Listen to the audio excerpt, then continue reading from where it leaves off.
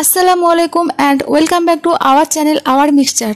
কেমন আছো সবাই? আশা করি সকলে খুব ভালো আছো। আমি ভিডিওটাতে আবার নতুন করে ভয়েস ওভার করছি, কারণ আমি যখন কথাগুলো বলছিলাম তখন বাইরে থেকে অনেক নয়েজ আসছিল।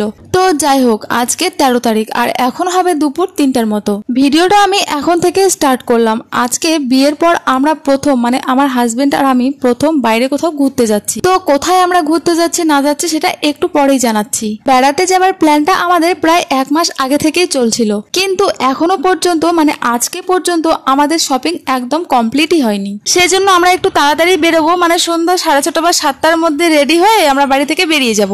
আর আমাদের ট্রেন আছে রাত 9:30টায়। আর এর মধ্যে আমাদের টুকিটাকি যা কেনার আছে সেগুলো আমরা গঙ্গারামপুর গিয়ে কিনে নেব। চলো তাহলে দেখা হচ্ছে রেডি সেডি হয়ে একেবারে বাড়ি থেকে বের হওয়ার পর।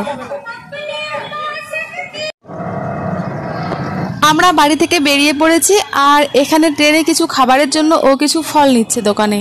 ওর না মোবাইলের গ্লাসটা ভেঙে গেছিল, যার জন্য এখন দোকানে যাচ্ছে মোবাইলের গ্লাসটা লাগানোর জন্য। মানে আমাদের যত রাজ্যের কাজ যাবার আগেই আমরা গঙ্গারামপুরে পৌঁছানোর পর একটা দাদার বাড়িতে গিয়ে ডিনারটা করে ফেলেছিলাম। মানে তারাও কিন্তু আমাদের সঙ্গে যাচ্ছে, আমরা একসঙ্গেই যাচ্ছি। তবে সেখানে গিয়ে আমি কোনো ক্লিপ নিতে পারিনি, কারণ আমরা খুব তাড়াহুড়োর মধ্যে ছিলাম।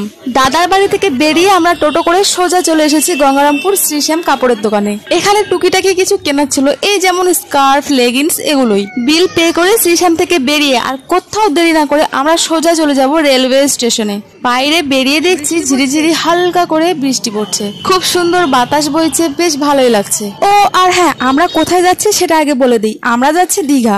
দীঘাতে আমরা 2 দিন স্টে করব, তারপরে ফিরবো কলকাতাতে। কলকাতাতেও 2 দিন ঘোরাফেরা করে তারপর আমরা ফিরবো বাড়িতে। আমরা পৌঁছে গেছি রেলওয়ে স্টেশনে, আর দেখো কিভাবে বিদ্যুৎ চমকাচ্ছে।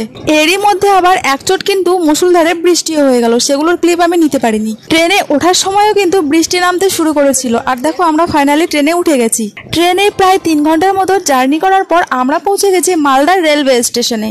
আমরা এখান থেকে দীঘা যাবার ট্রেনে উঠবো, কিন্তু আমাদের ট্রেন প্রায় 3 ঘন্টার মতো লেট ছিল।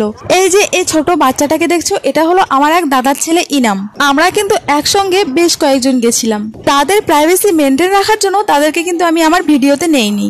আমাদের সঙ্গে নাসুকে দেখতে পাচ্ছ না, কারণ সে জার্নি করতে অতটা পছন্দ করে না। তবে যাবার আগে নাসু কিন্তু আমাকে বারবার করে বলেছিল, দিদি যাচ্ছিস যা, কিন্তু চ্যানেলে ভিডিও যেন বন্ধ না থাকে, প্রতিদিন ভিডিও আপলোড করবি। নাসু বাড়িতে আছে, অনেক রান্না বান্না করছে, শর্টস ভিডিও তৈরি করছে, যেগুলো আমাকে পাঠাচ্ছে, আর আমি প্রতিদিন একটা করে আপলোড করছি। তো দেরি করছে কেন, ঝটপট চ্যানেলে ভিজিট করো আর শর্টস গুলো দেখে আসো। 3 ঘন্টা ওয়েট করার পর আমাদের ট্রেন চলে আসে, তারপর আমরা ট্রেনে উঠে গেছিলাম। ট্রেনে ওঠার পর রাতের কোনো ক্লিপ আমি নিতে পারিনি, কারণ আমি খুবই ক্লান্ত ছিলাম। আর এটা হচ্ছে পরদিন সকালবেলা ঘুম থেকে ওঠার পর। সকালে ঘুম থেকে উঠে ব্রাশ করে ফ্রেশ হয়ে গেছি, এখন কিছু একটু খেয়ে নেবো, তারপরে আবার একটু শুয়ে পড়বো, কারণ আমাদের আরো কিছুক্ষণ ট্রেনেই থাকতে হবে। আর এখানে ও মোবাইলে দেখছিল যে আর কতক্ষণ পর আমরা ট্রেন থেকে নামবো। আর দেখো গল্প করতে করতে আমরা কিন্তু দীঘা পৌঁছে গেলাম।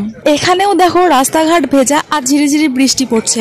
এই বৃষ্টির কারণে দীঘাতে আমাদের ঘোরাফেরা না বন্ধ হয়ে যায়। ট্রেন থেকে নেমে আমরা দেখছিলাম আর বলছিলাম যে দেখো এইটুকু জার্নি করতেই আমাদের মুখ চোখের কি অবস্থা। তবে যাই হোক, আমরা তো দীঘাতে পৌঁছে গেছি, আর আমরা কিন্তু ভীষণ টায়ার্ড ছিলাম, যার কারণে ভিডিওটা আর কন্টিনিউ করতে পারছি না। এই ছিল আমাদের দীঘা আসার জার্নি। তবে নেক্সট ভিডিওতে তোমরা দেখতে পাবে আমরা কোথায় কোথায় ঘুরলাম, কোথায় গেলাম সবটাই। তার জন্য চোখ রাখতে হবে আওয়ার মিক্সচার চ্যানেলে। ততক্ষণ তোমরা সবাই ভালো থেকো, সুস্থ থেকো, টাটা।